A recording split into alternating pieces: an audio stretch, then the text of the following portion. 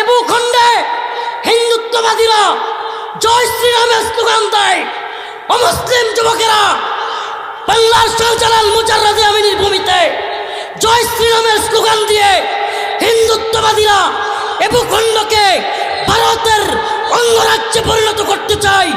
আর তোমার আমার এ ভূখণ্ডে আল্লাহু আকবারের স্লোগান দিতে তুমি কেন ভয় পাও?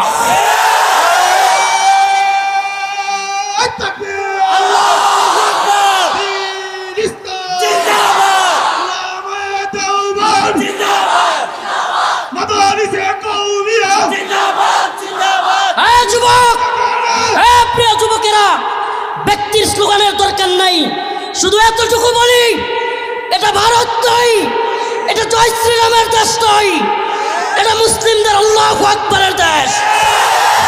এদেশের সকাল হয় আল্লাহু আকবারের ধ্বনিতে, এদেশের রাত শুরু হয় আল্লাহু আকবারের ধ্বনিতে, এদেশের আকাশ বাতাস প্রকম্পিত হয় আল্লাহু আকবারের ধ্বনিতে। মুসলিম যুবক, তোমাদের কাছে জানবার ইচ্ছে হয় 10টা 20টা জয় শ্রীরামের সাথে একাই যথেষ্ট কিনা? যুবক, তৈরি হও, 10-20টা জয় শ্রীরাম ওয়ালার সাথে একটা আল্লাহু আকবার যথেষ্ট। তৈরি থাকো। মুসলিমরা, বাবরি মসজিদ বন্ধ হয়েছে, আন্দালুসের কার্ডুবা জামে মসজিদ বন্ধ হয়েছে, বুখারা সমরকন্দের মাদ্রাসা মসজিদ বন্ধ হয়েছে। তোমাদের পার্শ্ববর্তী ভূমি মায়ানমারের অবস্থা আরো জটিল দেখতেছো। হে প্রিয় যুবক, প্রিয় উম্মাহ, হে আমার জাতি, এখান থেকে শিক্ষা নাও। আজ চট্টগ্রামে আমাদের লোক থাকে 200, ওদের লোক থাকে 300, ঠিক না? কথা ভালোভাবে বুঝেন, সবকিছু ঠিক বলার দরকার নাই। আমরা এদেশে সংখ্যাগুরু দাবি করি, 90% মুসলমান দাবি করি, আমাদের বোনের পক্ষে আমরা লোক জড়ো করতে পারি না। 200-250 পোলাপান পাই, ওরা পাওয়া যায় 300-350। অবস্থা এত নাজুক কেন? মাহফিলের প্যান্ডেলে তো লোকের অভাব নেই, জজবারও অভাব নেই, কিন্তু প্রকৃত জায়গায় আমাদের পোলাপান পাই না। আমরা খুঁজা টুকায়া পোলাপান খুঁজা ধরে নিতে হয়। প্রিয় যুবকেরা, তোমাদের দায়বদ্ধতা আছে। হে প্রিয় যুব সমাজ, লাইকি, ফেসবুক, ইউটিউব, টিকটক আর মদ, নেশা, নারী এগুলোর পিছনে পড়ে থাকো। ইউটিউব ফেসবুকে ভাইরাল হুজুর দেখলে ওয়াজের মঞ্চে এসে বসো। ইচ্ছা কিন্তু কোরআন নয়, ইচ্ছা কোরআনের কথা শোনাও নয়। ইচ্ছা কি? ভাইরাল হুজুর একটু দেখে যান। এই ভাইরাল খ্যাতি এগুলো আমি যদি হুজুররা অনুমতি দিত, এগুলো সব একবারে বসকায় বসায় রাখতাম। আমি এগুলো একবারেই বসকায় বসায় রাখতাম একবারে। আমি আবারও বলতেছি, এগুলো যদি দ্বীনের ফায়দার জন্য হয় আলহামদুলিল্লাহ।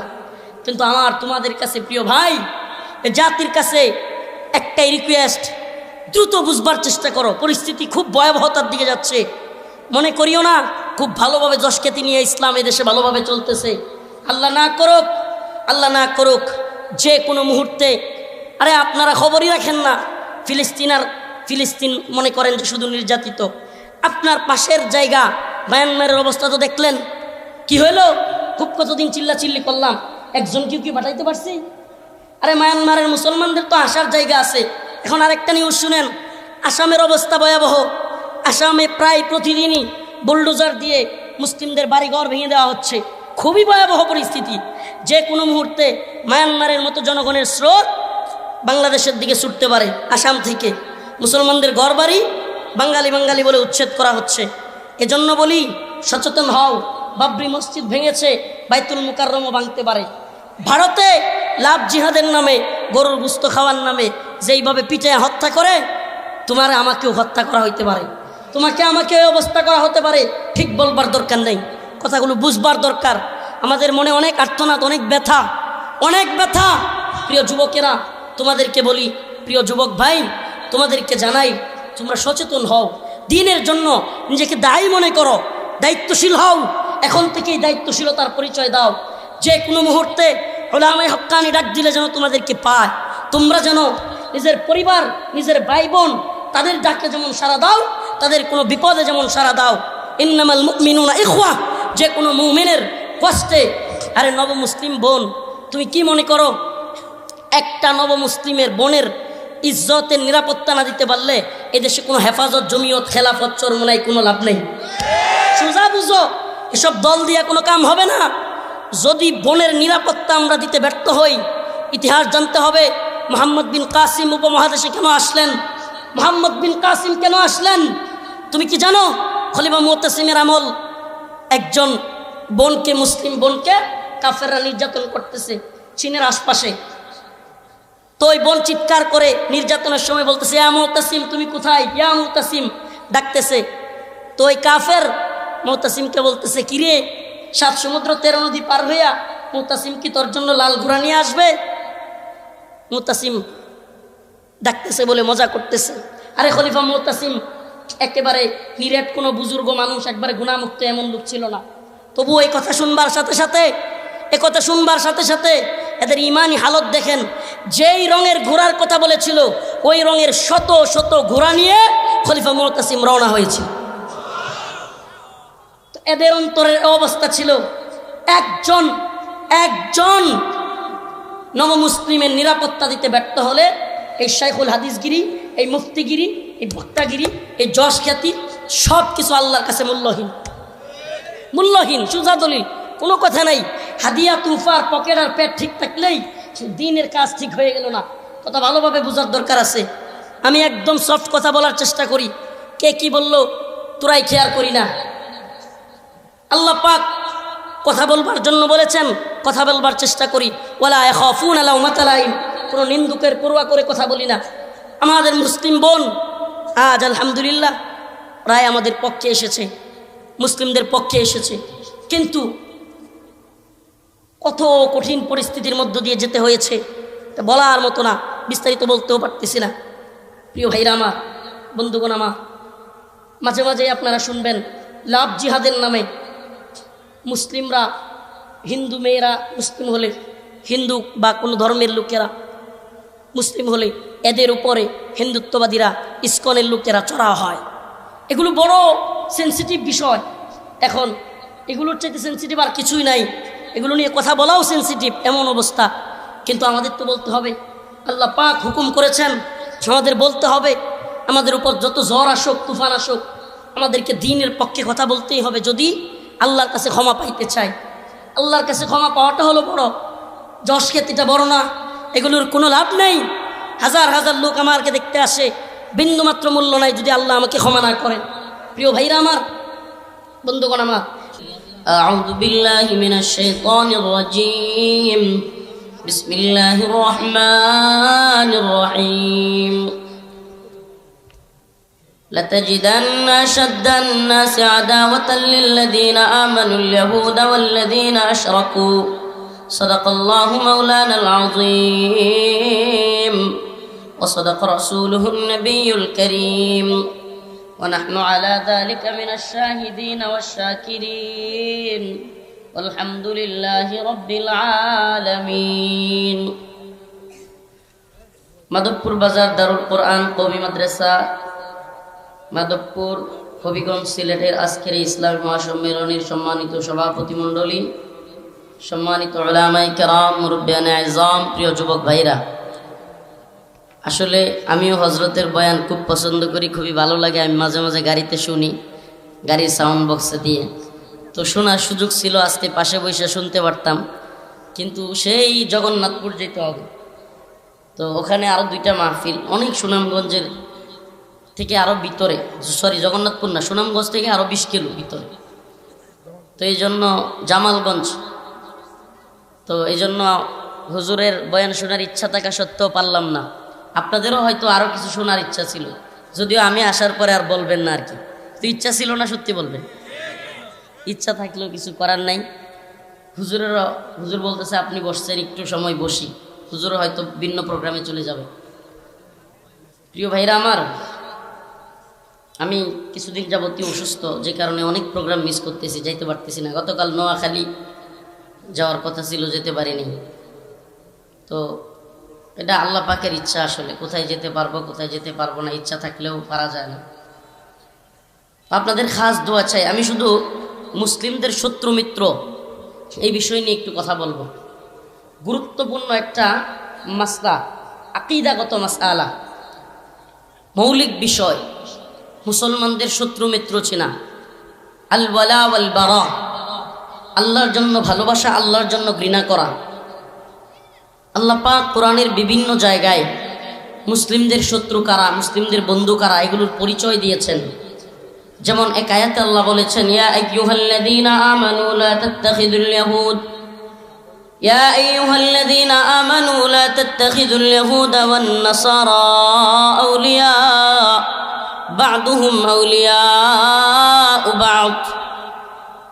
ইয়া আইয়ুহাল্লাযীনা আমানু, হে ঈমানদাররা, লা তাত্তাখিযুল ইয়াহুদা ওয়ান নাসারা আউলিয়া, তোমরা ইহুদি এবং খ্রিস্টানদেরকে বন্ধু বানায়ও না। কি করিও না?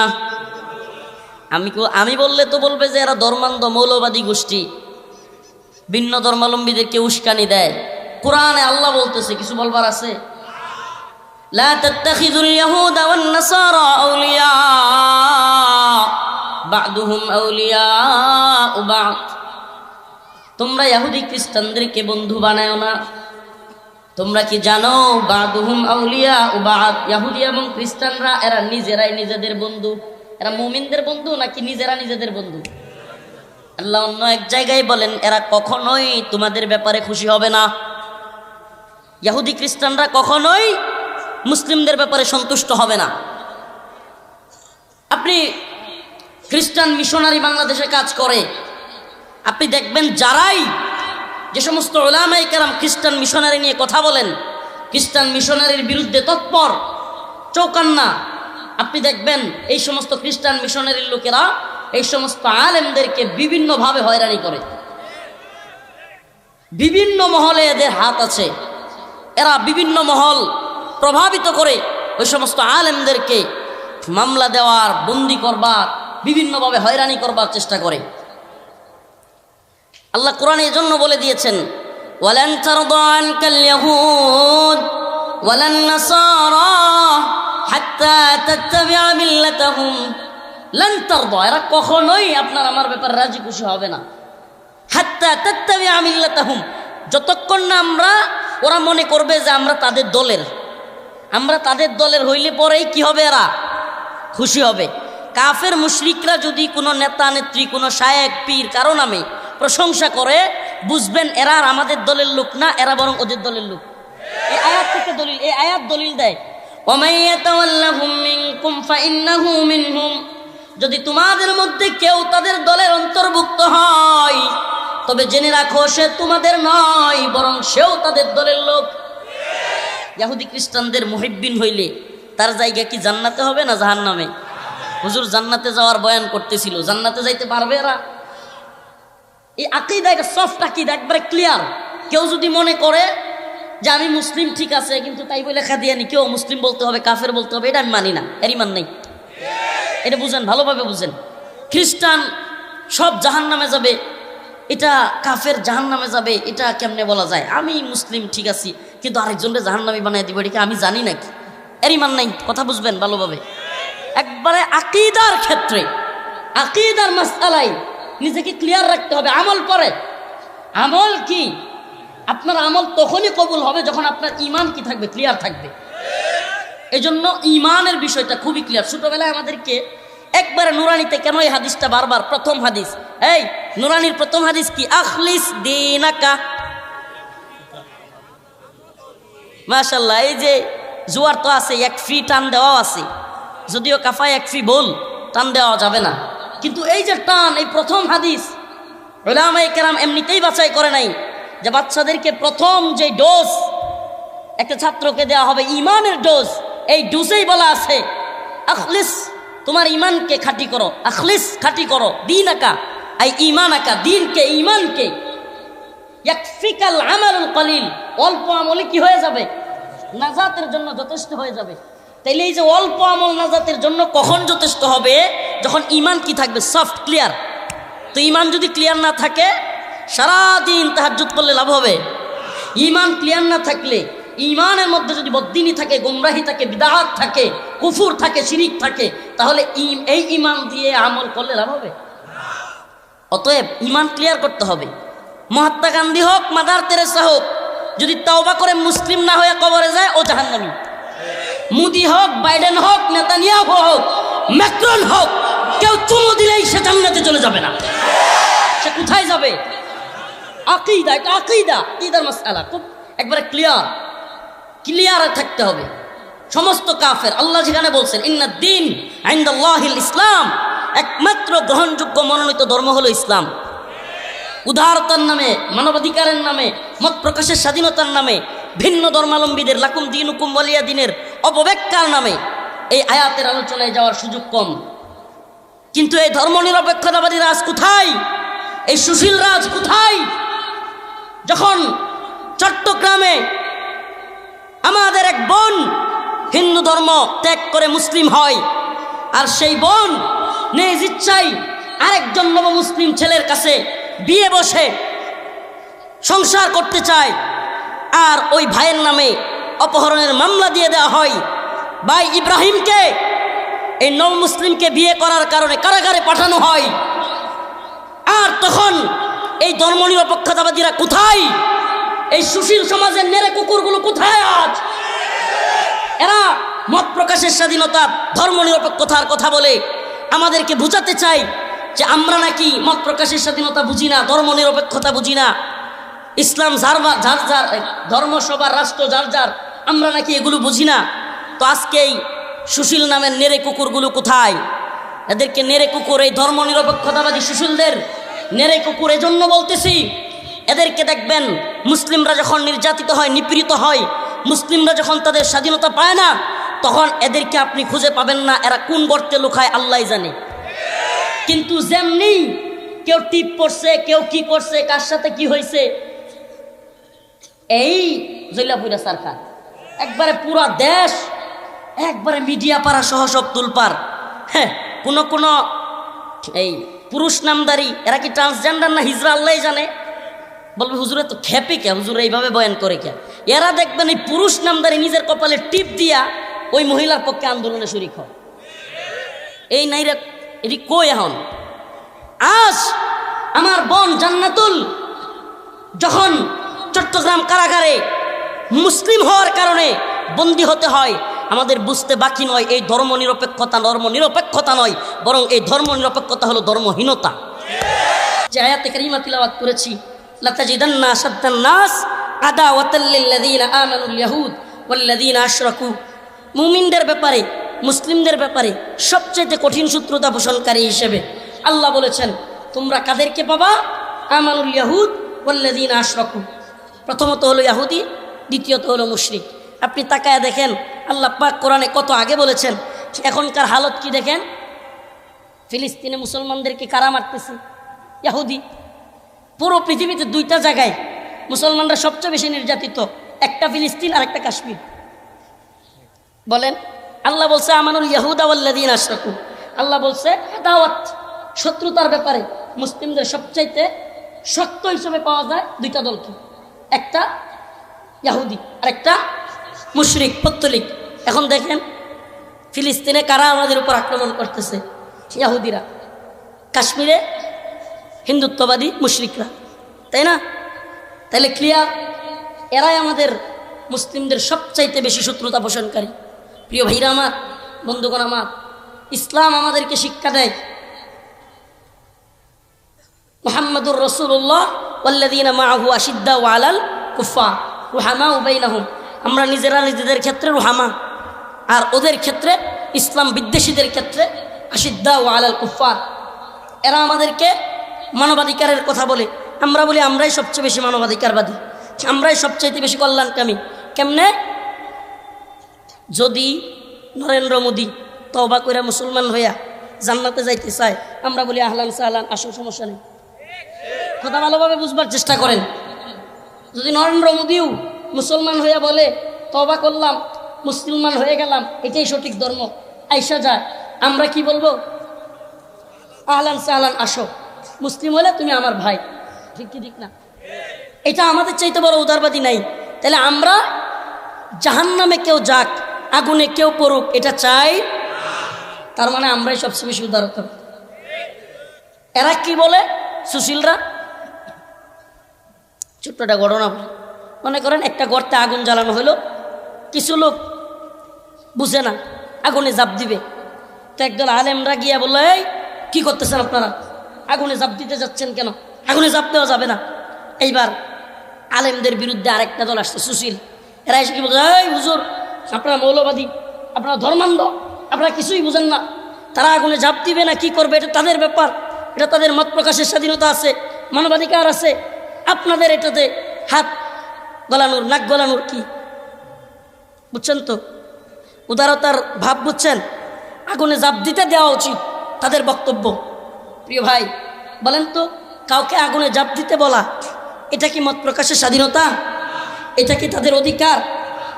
নাকি ওই অবুজকে ফিরানো এটাই তার জন্য কল্যাণ? আমাকে বলেন, মুসলিম ব্যতীত অন্য সবাই জান্নাতে যাবে না জাহান্নামে? এই আকীদা না থাকলে আপনারও ঈমান নেই। মুসলিম ব্যতীত সবাই কোথায় যাবে? জাহান্নামে। তো যদি জাহান্নামে যায়, জাহান্নামে কি আগুন আছে না নাই? তো আগুনে ঝাঁপ দিতে চাচ্ছে মুসলিম ছাড়া সবাই। আমাদের কাজ কি, দায়ীদের কাজ কি? আমাদের তাদেরকে দৈরা দৈরা আইনা ইসলামে ঢুকানো, জান্নাতে প্রবেশ করানো। তা আমরা জান্নাতে প্রবেশ করাইতে চাই, আমরাই তো সবচেয়ে বেশি উদারবাদী, কথা বলেন। অতএব আমাদেরকে উদারতার সবক দিয়ে লাভ নেই। আর এই দেশটা জয় শ্রীরাম আলাদের নয়, এই দেশ আল্লাহু আকবারের। আসলে এই দেশ না, গোটা পৃথিবী মুসলিমদের ছিল, গোটা পৃথিবী মুসলিম শাসকদের অধীনে ছিল, আমরা শাসন করেছিলাম। আমাদের স্লোগান ছিল আসসিনু লানা ওয়াল আরবু লানা ওয়াল হিন্দু লানা ওয়াল কুল্লু লানা। আমাদের সব ছিল, চীন ছিল, আরব ছিল, হিন্দ ছিল, সব। এখন আর সেই সময় আমাদের নেই, এখন সব আমাদের হাত ছাড়া। কিন্তু আবারও ফিরে আসতে পারে, একটাই কাজ করতে হবে। সেটা কি? সেটা হলো দাওয়াত এবং জিহাদের পথ। একটাই পথ, এই পথেই একমাত্র আমাদের আবারও বিজয় আসতে পারে, আর কোনো পথ নেই। এটাই কোরআন সুন্নাহর পথ। তারাকতু ফীকুম আমরাইন লান তাযিল্লু মা তামাসসাকতুম বিহিমা কিতাবাল্লাহ ওয়া সুন্নাত রাসূল। যেই লাঞ্ছনার জিন্দেগি আমাদেরকে চাপায়া দেওয়া হবে কিতাব এবং সুন্নাহ ছেড়ে দিলে, কোরআন সুন্নাহ ছেড়ে দেওয়ার কারণে কি হবে? লাঞ্ছনার জিল্লতির জিন্দেগি চাপায়া দেওয়া হবে। আজকে তো সেটাই হয়েছে, সেটা হয় নাই? আমাদের এই লাঞ্ছনা কেন? এই যে আমি হালত বললাম 200-250 যুবক পাওয়া যায় না, এই হালত কেন তৈরি হয়েছে? দাওয়াত এবং জিহাদের পথ আমরা ছেড়ে দিয়েছি। আমাদেরকে যে যাই বলুক, আমাদের এই পথ আঁকড়ায় ধরতে হবে, কোরআন সুন্নাহ আঁকড়ায় ধরতে। যে যাই বলুক, আমাদেরকে কোরআন সুন্নাহ ছেড়ে দেওয়া যাবে? আমি আপনাদের কাছে দোয়া চাই। আরও অনেক আলোচক রয়ে গেছেন, আমার অনেক দূর যেতে হবে, খাস করে দোয়া চাই। একটা মেসেজ দেওয়ার চেষ্টা করলাম। মেসেজটা হলো, এই ভূখণ্ডের মুসলিমরা ঐক্যবদ্ধ না থাকলে, সজাগ না থাকলে, যে কোনো মুহূর্তে ভূখণ্ড আসাম, ফিলিস্তিন, আরাকানের মতো হবে। এতটুকু সজাগ থাকবেন। বিশেষ করে পত্তলিক শক্তি, মুশরিক শক্তি, হিন্দুত্ববাদী শক্তি এই ভূখণ্ডে ইসলামকে নির্মূল করার এক জঘন্যতম পায়তারা করতেছে। এদের ব্যাপারে আপনার কি মনে হয়? এই সমস্ত তন্ত্রমন্ত্রের ধ্বজাধারী দলগুলো, এগুলো নির্বোধ, এগুলোর নাম বলতেও ইচ্ছা হয় না। এগুলো নির্বোধ, এগুলো পুতুল। এদেরকে শুধু বসায় রাখছে। মনে করেন না এই গভর্নমেন্ট আছে, আরেকটা আসলেই মনে হয় একবারে দিন বিজয়ী হয়ে যাবে। এগুলো সব দালাল, কেউ ভারতের দালাল, কেউ চীনের দালাল, কেউ আমেরিকার দালাল। সোজা বুঝেন কথা, একবারে ক্লিয়ার বলতেছি।